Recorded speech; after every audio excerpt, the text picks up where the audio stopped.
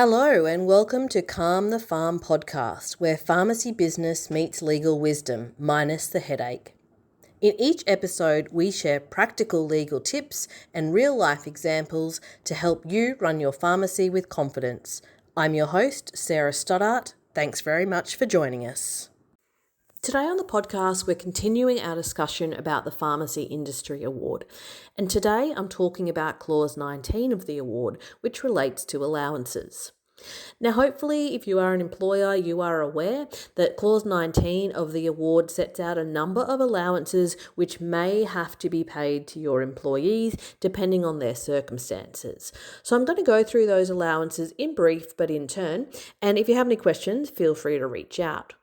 The first one is the HMR and Residential Medication Management Review Allowance.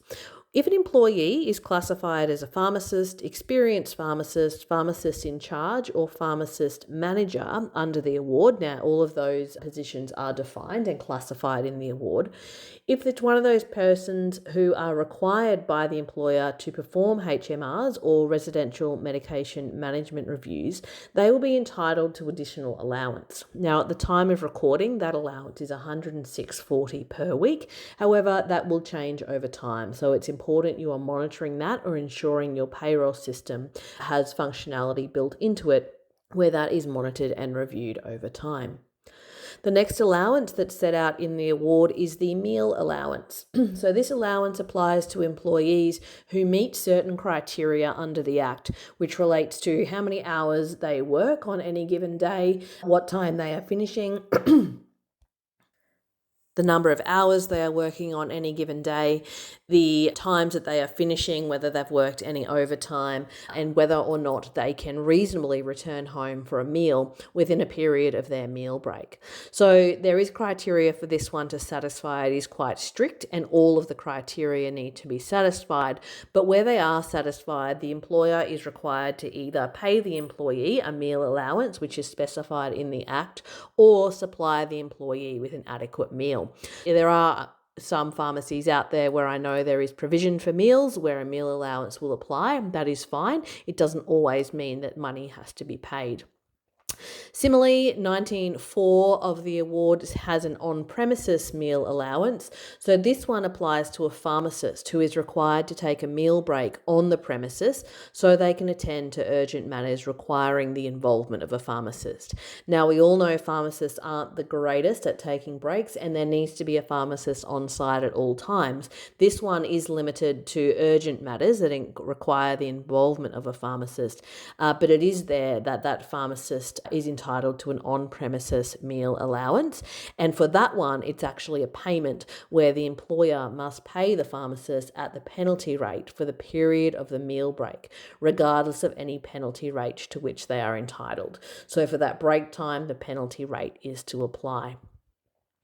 Clothing allowance, that's 19.5. So where a employee is required to wear a uniform, which is the case in most pharmacies, there is to be reimbursement for the cost of purchasing that uniform to the extent that it is not supplied or paid for by the employer.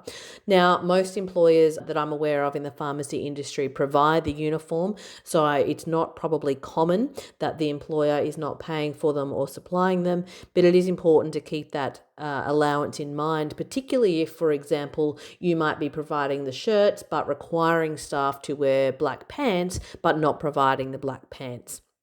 In addition, if special clothing is required to be worn by an employee and that clothing needs to be laundered, the employer must undertake that laundering at no cost to the employee. So that means the employer is doing the laundering of the uniform or paying an allowance to the employee for that. And again, the figures for that are set out in the award.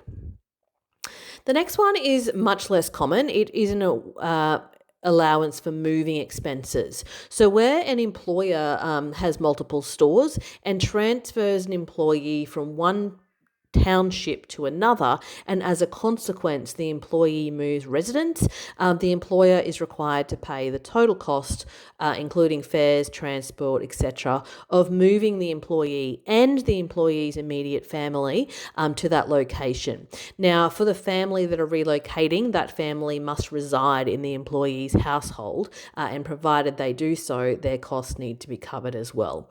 Like I say, less common, but in there nonetheless. Two more, motor vehicle allowance. So if an employer requires an employee to use their own motor vehicle to perform their duties, the employer must pay an allowance, which is at the moment $1.01 for each kilometre travelled. This does not include travelling to and from work. It's the employee's choice how they get to work. However, if an employee is required to use their own motor vehicle to perform their duties, let's say it's to undertake HMRs, or maybe it's to do deliveries for the pharmacy, then they need to be paid an allowance for each kilometre travelled. And of course, that should be properly documented so you know how far the travel is. Finally, the transport reimbursement. So where an employee meets a number of criteria, which is set out in the award, including an early start time of before 7 a.m. or a late finish after 10 p.m, there's no regular means of transport available to the employee, they're unable to arrange their own alternative transport, and there's no proper means of transport otherwise available or that can be organised, then there is an reimbursement for cost of taking what is defined as a commercial passenger vehicle from the employee's residence to the place of employment or vice versa.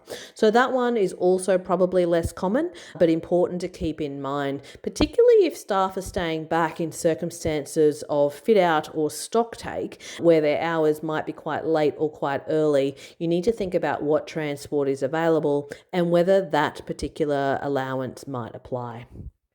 That's all for today. Hope it's been helpful chatting allowances. Worth thinking about what your staff do in your business and whether there are any allowances that apply or need to be paid. Thanks. I'll talk to you next week.